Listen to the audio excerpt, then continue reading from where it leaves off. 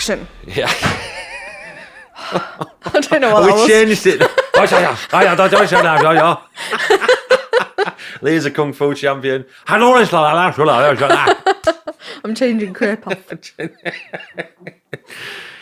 Judo chop. Right. I'm over bodybuilding. Action. Yeah, we're Starting over bodybuilding. jiu-jitsu. We're over bodybuilding until next year now. Now we just go gym. We go gym, eat our food and go to bed. That's what bodybuilding is, you know. I might start CrossFit. Yeah, someone said that to me the other day. I think a lot of people do that post-show. They're like, or not post-show, but just generally. Post-bodybuilding. Yeah, they go on to like, because you need something, don't they? A lot of people go on to CrossFit. Yeah, I'm actually starting looking at, I said this, well, I just started telling you earlier, but I didn't really finish. Because I've got such a broken body. Like, I've got so much fucking that just fights. Basically, there's a lot of stuff like wrong, and I just built a massive, giant, huge amount of muscle on the top of it for years. And it was very misfunctional. I've got a lot of stuff that was wrong from when I was young, from when I had karate, when I was like a child and all that, like some like problems. I just built a massive amount of muscle on top of it, and I've never been able to properly address it. So now I'm smaller. I'm going to actually go see somebody. There's a guy that I found out about near us that's meant to be really good, and just start from square one with someone. Because I can do this stuff myself and research it, but you never end up implementing all of it, and you don't know if I feel like I need someone who specialises in that. So just get hold of me. Say, this is what you're doing. Go see him probably once or twice a week. We're going to do this, and then just build you back to normal. Because I can't do things like, I can't squat because I can't get my hands back on the bar anymore. So is he like, what's he specialising in? Like mobility type stuff then? Yeah, I think he does a bit of everything. I think it's like a strength conditioning, mobility, rehabilitation. Right. He works with, I haven't met him yet. I'm going to go see him, but he works with a lot of, there's like a guy who lives near to us who's like a, what do they call it? They're like BJJ, whatever they call it, like the Brazilian Jiu-Jitsu. He's like one of the top people in that. It's meant to be really, really good. This guy trains him. Then I've seen him with like, there's a boxer who lives near us as well, who's like, he's the Olympic champion and stuff like that. I've seen him on there. So he works with some good people by the looks of it. And I always assumed that I'd got so big and not my mobility had suffered that I couldn't do things. But then I've got small now and I've still got exactly the same issues. And I still can't do a lot of it. Like I can't get into a squat because I can't get my hands on the back. So my mobility is so shit like in my shoulders, like the rotation and all stuff like that. I just need pulling back to square one. It'd be cool to see what he does, like what sort of stuff. Yeah, I'm really looking forward to it. It's quite good to like learn about that, wouldn't it? Yeah, because I'm not bodybuilding now. The bodybuilding training's all right when I go and do it, but it's difficult to get into because I'm not trying to do anything with it. Yeah.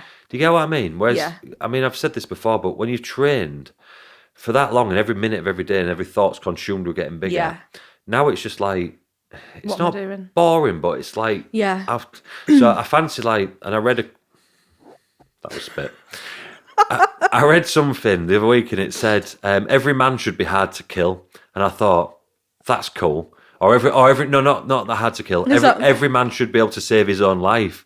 And I thought, yeah, every man should be able to save his own life. And I mean like run, jump over stuff, swim, like functional stuff. Yeah, do you know like that? And I thought I can't run. I would be worried. I'd be worried jumping over a wall in case I tore something off because everything feels so vulnerable and like not like it didn't work properly. Saying, yeah. I can't swim because I've got such like bad shoulders from all the years and all the rest of it. I can swim, but I can. Yeah, I get do you know what I mean? I won't be able to just swim lengths, which I'd love to be able to do. So I kind of like the thought of being able to run. Yeah. To jump over stuff, do some like plyometric type stuff and things like that. Being able to go swimming a couple of times a week. Still do bodybuilding training on top of it, but just like for the way I look a little bit. And just have a broader range of everything. Yeah. Like I want to be able to run, do you know what I mean? Yeah. And things like that. So I'm going to try and get into a little bit. Like, don't quote me on it though, because I might get there and think... Updates pending. Yeah, I might get back and think, fuck this is bollocks. And then just end up going back to bodybuilding like I always do. Yeah. I feel like a lot of bodybuilders though would do a similar sort of thing after they like stop like competitive bodybuilding, because obviously when you're bodybuilding you're prepping, like you're not really fit. Well, you're fit from your cardio, but you're not like life fit, are you? You know what I mean? And I assumed, because I was like 22 and a half stone, right? Yeah. I assumed that I was so unfit in life to life because I was 22 and a half stone. I'm only 18 stone now. Yeah. And I'm still not that fit. Do you know what I mean? Yeah. I'm a hell of a lot fitter than I was. I can run up the road now, which I definitely couldn't do before. But I'm not fit. Do you know what I mean? So I'd like to be lighter. I'd like to be lighter than I am. Yeah. So bodybuilding training is not that conducive for that either. Yeah. If I could be like, I'd love to be like 16 and a half stone, be able to run for quite a bit. Yeah. But still look good. Like look like athletic. And yeah, fit. look like more athletic. Yeah, do you know you. what I mean? Because I'll never be able to get rid of all my muscle. Do you know what I mean? It'll be impossible because it just don't go. If you train, it just don't go. Yeah. Obviously, like I've said before, I'll never use steroids again or anything like that. So anyway, that was my little thing that I'm looking at. Oh, that's exciting. Yeah, I'm buzzing. So if you see me like doing the hurdles or something like that, you might running a marathon. You pull up in the car park one day and I'll just be doing hurdles over the. You're like, what's he doing? Just practicing. I've got to try to save my own life. Yeah, I read that. Every man should be able to save his own life. And I thought, yeah. I fancy that. Yeah, because I thought if I get dropped in the sea for whatever reason, I won't be lasting that long. I'll be sinking after 10 minutes. Do you know what I mean? Hopefully, I just have to lay on my back and hope that I don't sink. So, yeah. That's exciting. Bit of a mad one, but it really triggered that as well, yeah. And obviously, I want to be fitter as well. I'm getting towards my late 30s now. It's 37, late 30s, I think it probably is. Mid-30s. Yeah, mid-30s, isn't it? Next year I'll be late 30s because I'll be 38, so I want to be fitter in that as well. Yeah, I get you. Yeah. Yeah. So, fitter, Exciting. smaller, faster, cooler. Yes. So we're going to talk about, not just going to talk about that shit today, that's bored everyone to death, but we're going to talk about post-show stuff, yeah? Yeah, I'm excited for this because I feel like it's a hot topic. It's a hot topic. It's been a hot topic for a few years. And it's relevant. It never stops being relevant because people never stop competing to stop being post-show, so it's always thingy. It's always going to be happening. Yeah. In the same way that we're in the thick of it. Funeral parlours will never be out of business because people are always dying. Post-show will never be irrelevant because people are always competing.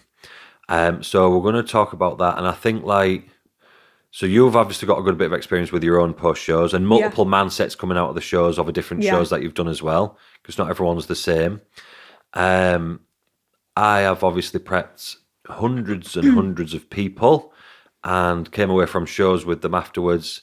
And what we will start by saying with this, because I think when you read on Instagram, there's so that you should do this, you should do that, you have People to do this. People preach a lot, don't they? Yeah, they fucking do. And half of them don't even know what they're on about half the time anyway. I just read it and I think, shut up, do you know what I mean? There's only a handful of people that I'd probably listen to, but then on the other hand, everyone's opinion's valid as well because everyone's got their own experience.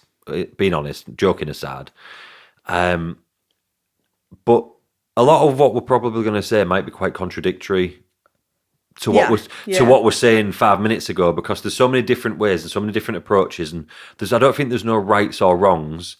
There's just a bit of like a large grey area that we need to travel through to get to a certain point. And everybody's different. So you might have someone coming out of a show. Like I could lay down 20 of my clients now that have come out at the back end of these shows. And every one of them's doing things like a little... Well, not every one of them. There'll be a few outliers that are really going in different directions with the way they're doing the reverse. For me as a coach, I've got to treat them all differently. I've got one client, for example... I won't bring no names into it, obviously, because they might not want me to. But I've got one client, for example, who I'm having to bring out of it very, very slowly. Because a brain won't accept that we need... Right, yeah. It needs time for a brain to accept that we want... Obviously, we need to get... I mean, she's peeled out of a fucking man, and she probably will be for the next few weeks until after Christmas.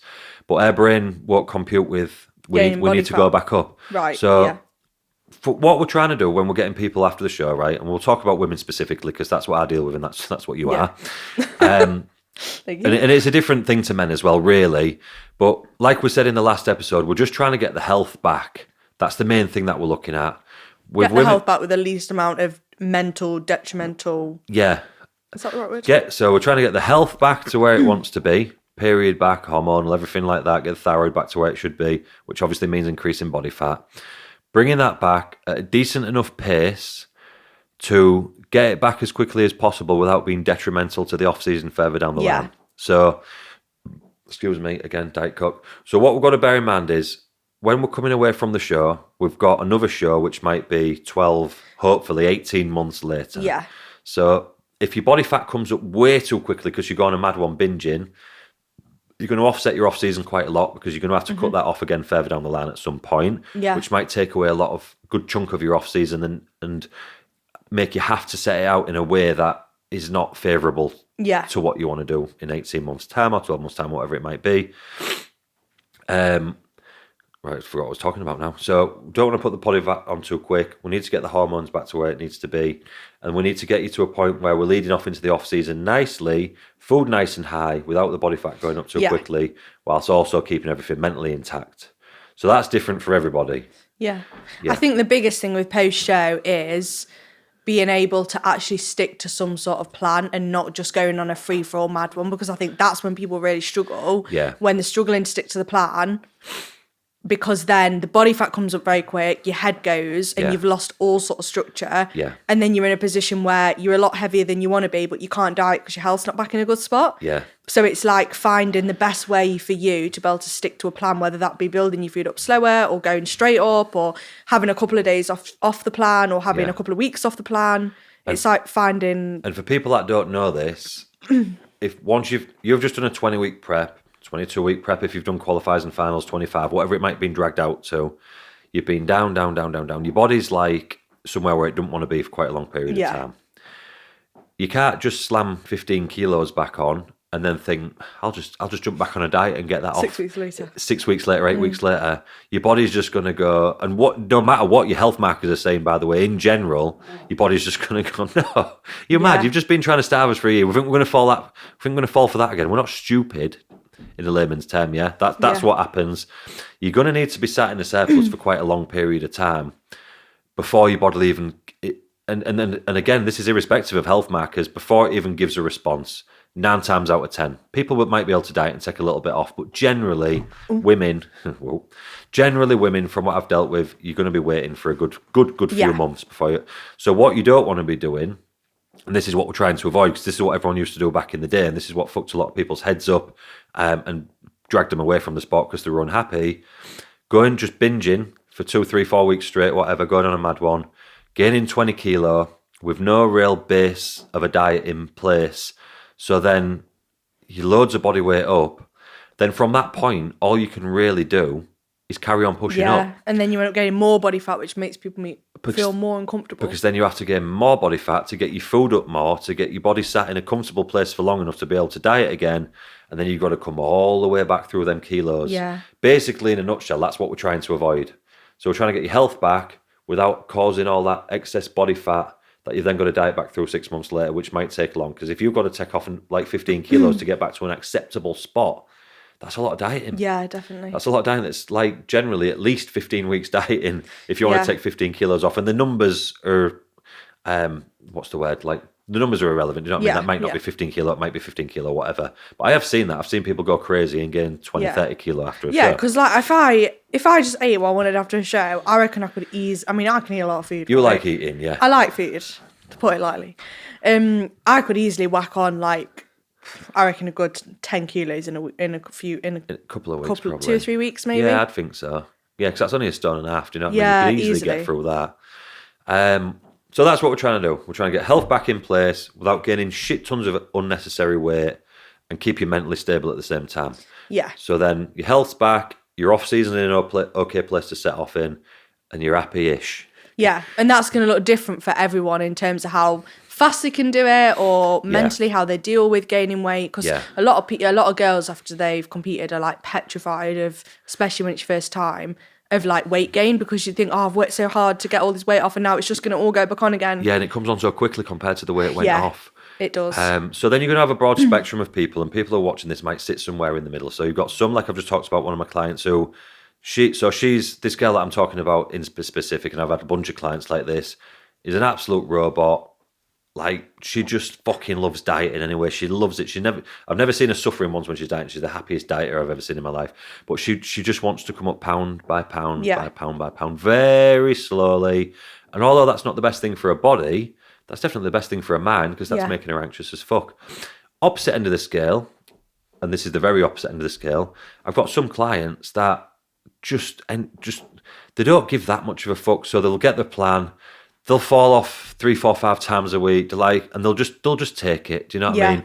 And they'll say like, look, this is the way I am, and they might be up X amount of kilos over the first month, and then they just say, I'll take care of it further down the line. I've got clients who are very good competitors, by the way. One that I'm thinking of specific when I'm talking about it. we'll take that and they'll just take care of it further Yeah. down the line, and that's what we've done. Everyone else kind of sits in the middle. Yeah, And that's like where a we kind a of middle really ground. want people sat somewhere in the middle. So my approach generally post-show, if we're talking about the masses and not either end of the spectrum, I like to get the calories up quite quick. I don't like to be too too restrictive with it. Yeah. Because for me, as a whole, and again, there's outliers to all situations. As a whole, if you're too restrictive, they'll just fall off plan. Yeah, this is the thing, like, you need, because your appetite's through the roof, right, after you've done dieting, and in your head, you're like, and people will get this if they've competed before, it's like, oh, well, I need to stick to my plan, but why can I not have that? I've just been dieting for like 25 weeks. Why should I not have that meal with my family or go out? First timers make this mistake a lot. Yeah. And they generally, like, obviously they regret it further down the line and they learn for the next prep. Yeah. It's like justification, like, Yeah. well, I deserve it. So I'll always tell people to try and think of the prep 3 weeks longer than it actually is. Yeah, that helped me loads when you said that to me last time, because I never thought about that before. I was like, oh, I'm done prep, great. Yeah, no. Do what you want. If but you actually, just view it as a weigh-in and then a little dip out, and then once we get you to that bit. Yeah. So I won't put, and I always say this officially, put off-plan meals on people's reverse diets until like 3 weeks post-show generally. Just because I don't want to be the one to say go and eat X amount of calories on an off-plan meal and that sets someone a mad binge for days after days. Yeah, because when you're hungry and you're like... Don't get me wrong, if they say, look, Dan, my family's booked me this out, I'm going to go do this, I'll be like, all right, just be careful, do you know what I mean? But I'm not going to be the one to put that on the plan, so they go and do it. So usually, like you've just said, hunger. No matter how much you eat, that hunger's not actually going away anyway, regardless of if you're eating 1,000 or 5,000 calories, the hunger's still going to be present in it. But we want to offset that somewhere in the middle. So I will try my best to get food up quite high, quite quick. And I'm not talking crazy high, but enough to keep someone semi-satiated. Stop someone going around the bend. Where we can put back end some of the food so it's a bit heavier at the end of the day with oats or something like that, so they've got something on a night time. So that's usually when people get bored and hungry. That normally works quite well because that's when people stop picking, I think. Yeah, so if you can put a big old chunk of oats in on the last meal, that's usually quite helpful to plug the gap a little bit until the next day. What I'm trying to do with that is I'm trying to see the body weight come up, but under our own control. Yeah, not on a mad one where people lose control and they're just eating. And again, we can't put numbers on that because I'll do the same things with different people, and some people might come up 0.8 of a kilo a week, something crazy, and some people are bopping up a kilo and a half, 2 kilos a week doing the same thing. Well, that's different people. You're not going to really control that. You've just got to put the plans and processes in place to get the best out of it that you can. Yeah. So that's generally what I'll do with people reversing. And then once we get 3 weeks post-show, then the hunger starts to die down a little bit. Yeah. We've got a little bit of body fat on, so they're feeling a little bit better.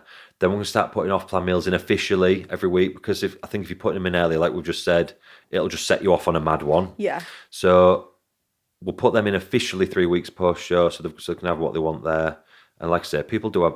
And this, by the way, it's rarely perfect. It's rarely... I don't think anyone's post-show is perfect. I don't expect it to be perfect. I'm surprised when it is. Do you get what I mean? If I don't get a message or something saying, Dan, I've fucked it, off people, like, I'd be surprised, you know what I mean? And usually when they say they fucked it, they'll be like, I just had 5 rice cakes because I was so hungry. And I'm thinking in my head, good. Yeah. Because that 5 rice cakes, if I'd have kept your food too low, would have been 5 pizzas. Yeah. And would have been having a different conversation. Yeah. So when they're saying that to me, that's actually good feedback, because they're not going on a mad binge. Yeah. And it'll be usually just stuff like that. I had to have an extra bowl of oats. I had to have this. I had to have that. That's how I know I've done my job good. Yeah. Because that's all that I'm getting back. Whereas if I'm getting people like, they'll just go missing for 3 days. Yeah. And they'll find them in Frankie and Benny's, like, in a corner stuff. Like, that's when you know you've kind of fucked it. That's the thing. I think it's like, I think that really helped me a lot as well. Like, if I'm really struggling, because like I'll have done this before as well, like just having something that's already in your meals. Yeah. Rather than just going on a mad one and thinking, like, I'll just go and eat whatever, which is what I did after my first show. As soon as you taste that cookie or that there's pizza, no stopping anyone. That light goes on, it's bang, bang, bang, bang, bang, bang, and then you're in that direction. Yeah. Which is why I keep the off-plan meals out, which it sounds harsh. You're not letting them having a cheat meal for 3 weeks after the show. Well, they've had usually a couple of days off after the show. Yeah. So obviously they have the night of the show, usually the day after, and maybe a little bit the day after. Then they've got the reverse plan, which is set quite high. So they can try and stay on that. Generally, they'll have a family occasion or something where they're out within a week or two after the show anyway. But like I said, I don't officially put it on. Then 3 weeks later, we're there. So that's usually how I skate people away. If you go crazy too high with the food, obviously you're going to get the same response. Yeah. It's going to be too much. If you try and keep it too low, that's stupid because what you're trying to achieve. Yeah, what you're trying to achieve. And everyone's going to lose their head at some point if they're trying to keep going to lose their head, and they're going to end up worse off. You might as well have put them on 5,000 calories a day than keep them on 1,300 calories a day, because like it's going to lead to the same outcome. Do you know what I mean? Yeah. So somewhere in the middle is always good. And then like just don't beat yourself up if you come off plan. Like just get back on it. I'll be like, Sound, just get back on it. Sound, just get back on it. Just keep getting back on the horse, because if you think you've fucked it and then just end up going eating everything in sight, then you have fucked it. It's not. Yeah. People have got that like all or nothing mindset, which is great in bodybuilding. Loads of people have that though, don't they? But yeah, once they've slipped up a bit, they just go on full self-sabotage mode. But yeah, that's what your coach is there for, to reach out for and say it. And I had it this morning. Somebody just randomly checked in that weren't meant to check in. It was like, I need a midweek check-in because I've done this, this and this. This is someone who competed obviously at the World Championships. And she thought it was really bad. And I was like, don't worry, that's okay. That's not that bad. Just you've learned what you've done there, blah, blah, blah. Just try to do whatever. Just don't do that again, because that was... Yeah, do you know and what also I mean? you learn so much. Like I feel like I've done, like we said at the start, I've done completely different things every time. And it's like you look at something and you're like, oh, actually that didn't work too good, or that wasn't a very good idea, or I'll do that next time. Well, it's one of them, innit? If you've been rallying around a fucking driving rally course... Like you learn where all the dips and the trees are and what to every time to duck. Like so every time you do a prep and come out of it, you think, oh, I won't do that again because that bashed me last time. Do you know what I mean? Yeah. But ultimately, like there's so much pressure on it, so much like people like feel like they're being shamed into not perfectly sticking to the reverse. Yeah. I'm telling you now, even the people that you follow on Instagram, 95% of them are full of shit. They're just full of shit. Yeah. They're doing all sorts behind closed doors. And over the years, obviously, I know that because I worked with so many people and I've seen their Instagrams as well. So I'll see what they're saying compared to the reality a lot of the time, or I'll coach one of their mates and they're posting that and I read the post and I think, well, that's not what's happening. So don't let Instagram fool you, because that's full of shit. And just try and bounce through. As long as you're not going mental and going on a binge for 3 weeks, you'll be all right. Just stick somewhere near your plan. Make sure you've got a decent amount of calories on it. If you don't think it's enough, tell your coach anyways, listen, I'm absolutely fucking ravenous and this is what I'll get. I'm ravenous and it's happening at this point of day. Yeah, and then you can mitigate it. There's a load of fucking food to eat at that time of day. That's stodgy as fuck. That's going to sit. Do you know what I mean? Because at the end of the day, if you're worried about putting your food up, but you're adding an extra, let's say, 600 calories, right? It's quite a lot of food. Like, but you can get a lot of food for 600 calories. Yeah. But if that's going to stop you going and eating an extra 3,000 calories, which is quite easily done in a pizza and a dessert. What's 600 calories in pizza? It's not even half a pizza, is it? What's Domino's? Like over 2,000 calories? Yeah, yes. I don't know how they get much that calories per square inch, to be fair. But yeah, it's over 2,000, I think, plus the dips and this and that. Blah, blah, blah, and chocolate and whatever. You're easy in for 4,000 calories. So what's worse? Like restricting and having 4,000 calories, and that'll lead on to the next day as well. It won't stop there. Or plugging them full of oats and like potatoes and things that like are just gonna... That's just satiating foods. Yeah, satiating foods. Yeah. So yeah, I'll always do that. And it's always at the end of the day, and I'm struggling at the end of the day. I'm like sticking over 100 grams of oats in there. Yeah, and I think once you've got your oats and you've got a bit of fats in the evening, like put some peanut butter in it, some bit of chocolate and whatever. That sorts you out, doesn't it? It sorts you out, and that's generally it. And I've just done it so many times now.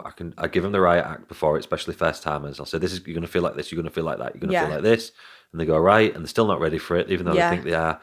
And then, I don't really see any fucked reverses anymore now from my clients. Like, you'll get the odd one that goes off the rails, but they're just choosing to go off the rails. And then they don't come back to bodybuilding because the thing, I hate doing that again. But you're talking like 1 in 50 or something like that. You're not talking like very often at all. I think I've seen that happen to one of my clients in the last 2 years. Yeah. Do you know what I mean? You know what I think really helps as well? Like knowing that you're still going to be hungry and preppy. Because I think when I first prepped the first time, I had this expectation in my head that like I was going to finish prep and then I'd like feel normal again and I'd like not be hungry. And I was like trying to eat to stop myself being hungry, which is obviously like never going to happen, is it? No. So it's like now knowing that, okay, I just need to stick to this for like a few weeks and then I won't be as hungry anymore and it'll be okay. It's like knowing that it will settle down. Yeah, it will settle and it's usually in that 3 to 4 week mark. Yeah, you're always hungry, but not that type of hungry. Not to the point where you feel like you're opening the kitchen, coming and staring at all the food, hungry. 9 times out of 10, it's in that between 3 and 5 weeks. Yeah. Like, if it's going on for longer than 5 weeks, then that's not that common. But again, it will stop. Do you know what I mean? It will stop. But that crazy, ravenous, bottomless pit, like just insatiable feeling, it's always in that 3 to 5 weeks, usually 3 to 4 weeks. Yeah. So if you can just ride that out and like stick to your plan as best you can. Yeah, as best you can. And then it's all right. And you might be one of them people that gains 4 kilos in that time. Good for you. You might be one of them people that gains 10 kilos in that time. But either way, if you've done that, it'll be nowhere near as bad as what it would have been if you've gone on a mad one. Even if you're somebody that's gone up 10, 12 kilo, in a few weeks. I mean, I'm not saying there's anything wrong with that, but if you'd done the other route, you'd have been up 30. Yeah, exactly. Do you know what I'm saying? And also, at least if you've kind of followed your plans as best you can and you gain X amount of weight, at least your food's nice and high. Yeah. So you're eating maybe, 3,000, going on 3,000 calories a day? I'm guessing for most people. And that's the point. So then wherever you're at from that point, that's when your off season really starts to begin. Because for me, I don't give, I don't let people train to failure until 3 or 4 weeks post show. A lot of them are still running reduced volume or whatever. I generally don't give new training plans until 4 weeks post show, which for me, people might think, oh, well, I need some new stimulation. Like, I used to do that, give people new training plans straight out the back of a show. But what do? Get excited and go mad. Get overexcited, go to the gym and go fucking mental. So that never is a good idea, in my opinion. Even though your training that you've got might be a little bit boring, I'd rather somebody be a little bit like that for a few weeks. And then when they get to 3 weeks, give them a new training plan. So 3 weeks post-show, let them break themselves in for a week a little bit with the movements and all the rest of it. And then boom. So everything's kind of set out, structured on purpose, the way I kind of do it. Yeah. So then as soon as you're at that 4 week out point, your fuel should be nice and high anyways. Your body fat ain't gone absolutely crazy or as crazy as it could have done. And then you're setting off into your off season. Get your blood works done between 4 and 6 weeks, somewhere around there, usually is what I like to do. See if there's anything we're correct that might need correcting through supplementation or generally just time.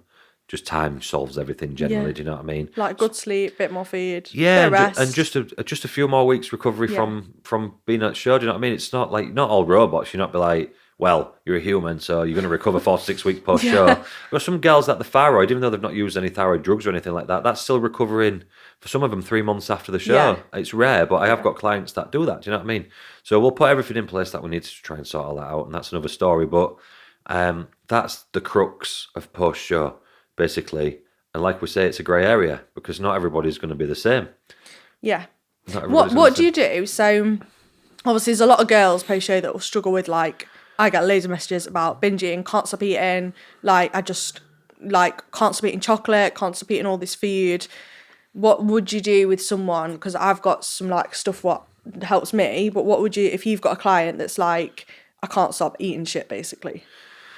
Do you ever get that with clients where they're like just binging on like load of rubbish? Yeah, that's what I mean. Not so much because of all them things that I've put in place with the higher food and the warnings and all the rest of it. And I think like... You just got to put in what you can to keep them full and keep them occupied and try and keep them on track. But some people, no matter what they do, I think they want to do that. Yeah. They want to do it. And if they want to do it, it's like anything in it. Yeah. They want to do it and they're going to do it. And you've just got to take care of it further down the line. Yeah. And don't get me wrong, I've had clients that have done that, or not as bad as what I was saying where they're binging all day, every day, but they'll just go on mad ones quite a lot. And they do gain quite a lot of weight. Yeah. And I'll just say, look, it's all right. We'll just take care of it further down the line. Do you know what I mean? Yeah. What are you going to do? Binge and purge and whatever the rest of it and whatever it's called, where you'll just like go real restrictive because you've been eating too much and then like go on a mad one. It's like a binge restrict cycle, isn't it? Just let it calm down because it will calm down. And you might be going through some shit whilst you're going through it, but there's obviously no other choice if that's the way your brain's like taking you. And it's not with everybody, but it does happen. And they might gain a bunch of weight. Listen, it's not permanent vandalisation. You're not breaking anything with your body. That's what I mean. It's not permanent. It'll come off. Yeah. It just means more work and a longer period between the shows. That's all, more than likely. Yeah. But if you've gone up X amount of kilos, we've got to let your body settle down. We'll push your food up. You're going to be uncomfortable for a while. Yeah. Because we're pushing your food up whilst you've already got quite a lot of extra body fat on. So your body fat's probably going to go up some more, probably. And then once we've set up, I get so many girls that come to me, Leah, that are fucking just broken. And then we have to go through this shit. And I really respect them for what they go through when they do it. So they'll come and they'll be like, they'll have been with some fucking mad person who's been telling them what to do or whatever, and they've been on 800 calories for 6 months, Right, yeah. and they've been doing 2 hours cardio for 3 months, and they've had them on this, and they've had them on that, and they're doing this, and this is not even generally competitors sometimes, this is people for photo shoots and shit. Really? Yeah. And I'll get on a call and whatever, and I'll say, this is what's going to happen if you want to fix this. This is generally what's going to come next, because as soon as this stops, which you've already started doing, you're binging like crazy and you can't stop. There's not always everything we can do about that. You're a bit fucked. It just takes a lot of time, doesn't it? And it takes some time. This is literally the position I was in before I came to you with all the work I had to do. It's the same. And the position that you was in when you went to Danny and got sorted, I get clients like that. And I say, we're going to have to go through probably a year and was it about that for you, yeah? Yeah, it was, it must have been maybe a bit longer, maybe. Yeah, usually getting on for a year of being fat. Do you know what I mean? So you've got some fat on, you're binging, but we've got to wait for all that to stop, and then we're going to have to keep pushing your food. Yeah, because the only way that's going to go is to build the food up. Yeah, we're going to push your food and push your food and push your food. And do you know what? I've got so much respect for the girls that go through it, because they're not comfortable, and I'm watching them, they're not happy and they're not comfortable, but they've got respect for the process and they believe what I'm telling them. And they go through it, and then we'll get to the end of that full year or whatever it might be. I'm not saying that that's a definite time frame, but rough. Generally, do you know what I mean? And they've got a bunch of extra weight on, and then I say, now we're going to have to go in the other direction, and it won't be a mini cut because you're carrying so much. We're going to have to go right through all of it, and it might be 16 weeks of a proper diet, and then we'll get all the way back to somewhere where you need to be, and then we can stop you there because it won't be a crazy like we haven't done anything crazy to get there. It's just chilling, calories in the right place, cardio's fairly chilled. We're not doing like all fat bends and shit like that. We'll get them down to where they need to be, and then we can start building you again from there. So the recovery from that is quite long. Yeah. Do you know what I mean? And I've got competitors like that who have come to me that have been broken like that on preps. And I've got people, a handful of people that I've had over the years that have just come from like doing photo shoots and shit. Yeah. And they're in that position. And I think though a lot of the time, lifestyle clients struggle with the relationship food side of things a lot more than people like the bodybuilders. Yeah, probably so. Or they'll have had they've been running to the ground competing all year, every year for 3 years, 2 years and stuff like that. They'll have done like beginning to end. And that's sometimes, I don't really want to say it, but like sometimes if you've got someone, you'll sometimes get coaches that just do that to people because they want to keep winning trophies for themselves. Yeah. And I really hate it, to be honest. And I see it sometimes, and I sometimes get them clients that come to the back of me off of it, and they've got someone who's got good genetics or potential and all the rest of it, and they're just rinsing them through shows, and it's horrible to see, because then they're fucked. Yeah, and there's only so much someone can push, how many years are you going to compete back to back and all year and all the rest of it before you're just fucked? Yeah. Then how long is your recovery going to be after that? Yeah. To be able to get back on stage again, really a long time in it. Yeah. So not a fan of that, and I do get some clients of them that need fixing a little bit. Yeah. They've got to go through all that stuff. That was a little bit of a tangent, I suppose, from what we was talking about. From a helpful tangent. Yeah, probably a helpful tangent. Yeah, because I suppose, and I don't really think of it like this, but I suppose not everybody gets this insight to what I get coming through my inbox. Yeah. And the conversations that I have to have with people and things that we're fixing. You'll get it probably as well, but the things that we're fixing behind closed doors that nobody really speaks about. Yeah. And the negative side effects mentally and physically that comes with it to get them back to a right place. Yeah. Because gaining weight, that's what a lot of people struggle with, I think, isn't it? It's like when they've gone through that, it's then that like mental side of weight gain. It's hard. I feel sorry for them, man, that they've got to go through being that out of shape for that long to get back to where they need to be, to get back to a point which is good. Yeah. And it doesn't ever need to be like that. Yeah. Like it doesn't ever need to be like that. Do you know what I mean? Yeah. You just need to, and if you're planning competing and things like that, be strategic about what you're doing, especially as a female. Like competing year after year after year after year, like 12 months apart or even 6 months apart.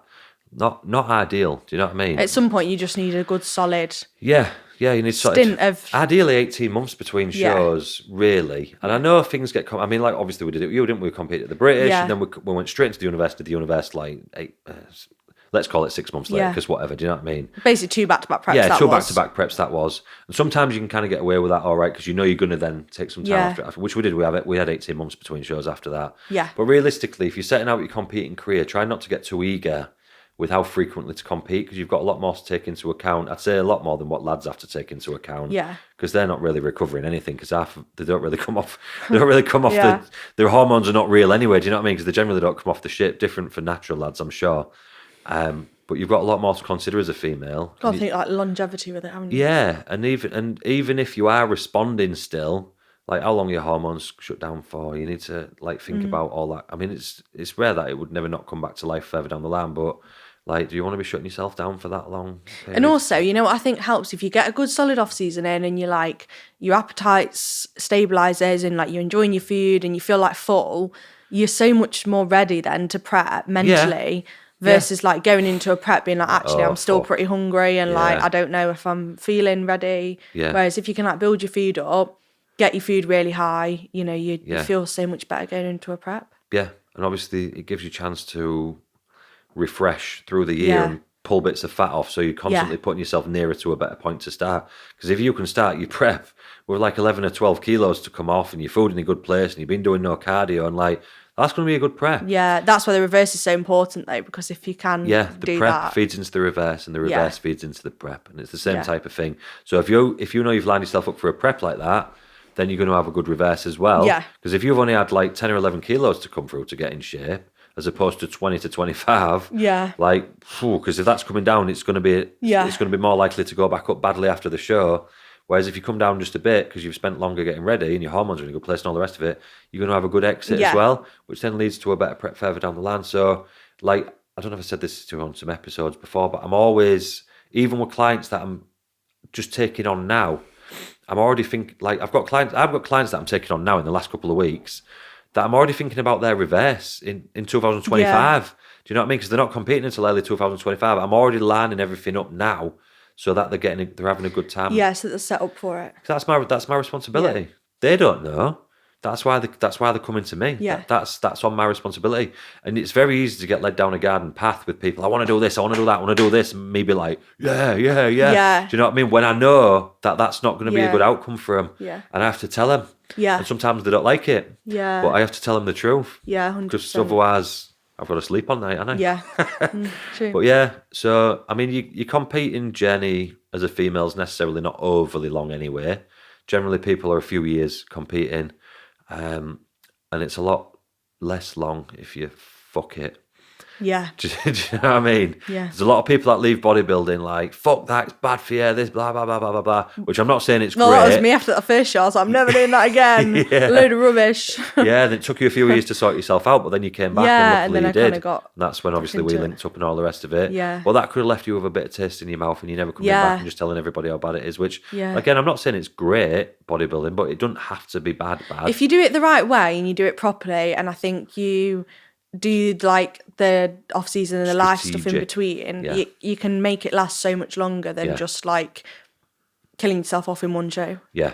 And I think there's like tips and stuff that you can do to make your reverse a bit easier as well. Like, for example, sorry, going off on a tangent. So what like really helps me is the first time you might have girls do this, I don't know, but maybe not, because I didn't really know the first time I prepped, but I was like hoarding food. Worst thing you can do. Because you see stuff and you can't eat it and you're like, oh yeah, I'll have that after prep. And then you end up with loads of stuff in the house. Yeah. So what helps me is like having nothing in the house apart from the foods that are on my meal plan. Yeah. Which obviously it's easy for me because I'm just with Will. Whereas like for people that have families and kids, obviously you can't really do that. But you still don't have to hoard. Yeah, but if you can just have the food that's like on your plan, and then if you go out, you can have a nice meal or you can have a dessert or whatever. People do mad shit like freeze birthday cakes. And but even frozen stuff like... But I've known people... I've had this before. Eating it frozen. Yeah. They don't even bother thawing it out. They're ragging it out of the fridge and chewing it frozen. Like, this was me on my first prep. Was it really? Yeah. Eating frozen cookie dough. Yeah, that's what I mean. So that's how mad it can get. Yeah. But yeah, as long as you just put everything into place that you can, make sure someone's leading you to give you the right advice. Ask them as well, because... not everyone's a mind reader. Like, ask them questions and implement everything you can. And I think like reversing after shows has come such a long way, man. Long way. Yeah. Like I said to you before, like it just used to be just do what you want. Just chill. You just enjoy your meals. And like they're on pizza and Chinese every night and they're blown up like a pig, and then they're absolutely miserable for a long time afterwards. It's come along, and that's what I'm trying to say with all of this. With all the pressure of being perfect and millimetre for gram of this and blah, blah, blah post-show, it's come a damn long way since that. Yeah, because it's a lot more structured, isn't it, now? As long as you're doing a lot better than that, then you're doing all right. Do you know what I mean? Yeah. And like, just don't let people, because you'll only get the vocal few that want to show off about being perfect on Instagram. Yeah. And I lie in a lot of the time as well, I tell you. Yeah. Post show, and you'll think, well, if I can't do it like that, I can't do it. Yeah. Dominoes, whatever, blah, blah, exactly. blah. But I promise you that's not the case. When I say I've dealt with hundreds of women, I mean hundreds of women of reverse show. I've seen, I don't know if there's anything else what I can see, but I'm sure you've seen it all. I'm sure there will be. I've seen every single thing you can possibly see post show. Yeah. But I probably haven't. There's probably some other mad shit that I'm going to see. But it's not what it's cut out to be on Instagram. It's not what it's probably cut out to be on podcasts and things like that when people are talking about it. Because no one wants to be like, oh, I fucked it. I certainly ate 4,000 calories extra yeah. today. And also, on the opposite end of the scale, the vocal people on the other end who do go on a mad one and get depressed and can't like cope with it very well and all the rest of it, that's not the norm either. Do you know what I mean? Most people are okay. Most people kind of mostly stick to the plan. They might have an extra meal one day. They might have a bit of chocolate that there maybe wasn't on the plan one day or whatever. I think 90% are sat in the middle. Yeah, most and then you people get 5% either end of that. Some people will go absolutely mental, who will post it all over Instagram and put people off competing. Then the 5% who are like literally like robots and they don't fall off the plan, for which I do not, out of all them people, the percentage of that is extremely small, extremely small. Although I have Adam, everyone else is in the middle. So like, just chill. Yeah. It's all good. And I think a big tip with this is as well, is if you go out for a meal or you have a meal or you eat something that's more than what you're meant to eat, don't then try and pull it back and go and do extra cardio and start missing meals, because that's when it becomes a very slippery slope, because you're trying to settle your appetite, and if you're missing meals and trying to cut things out, that leads to the restriction. It's just going to end up in this horrible cycle. So if you end up going out and you end up eating more than you've planned, or you end up, I don't know. Don't try and pull it back elsewhere. No, just carry on eating meals. Yeah. Because then it's way less likely to happen again. That's like my number one tip. I had that on a check-in this morning on the person who checked in like randomly, who wasn't meant to check in out of the blue, and said, I'd done this at the weekend, but if I pull this back across Monday, Tuesday, Wednesday, it'll kind of... I was like, don't do that. Yeah. Don't do that. Just eat what you're meant to eat. It's all right, honestly. I even do that with my lifestyle clients if they've like because I just think it just becomes very slippery. Yeah, it's done. And then they'll start, because then I think then people start doing it like, well, I can have this and I can just remove. Oh, it's dangerous. No, don't do that. No, just take the calories on the chin, because at the end of the day, like, it's one day. If you've eaten a bit of extra food, just accept it and just crack on. Yeah. And like I say, it's all removable if it needs to be removed further down the line. Yeah. You're just trying to not gain an insane amount of unnecessary fat in a short space of time. That's the top and bottom of it. Yeah. And also, like, if you're eating foods that are similar to what you've had all the way through your prep and you just add in more in, you're probably going to start feeling pretty satisfied. Yeah. Pretty soon, keeping the same structure. Yeah. Yeah, you'll feel better, You'll feel better pretty quick. Yeah. So it's just sticking out those first few weeks, isn't it? Yeah, and just being mentally prepared for that as part of the prep.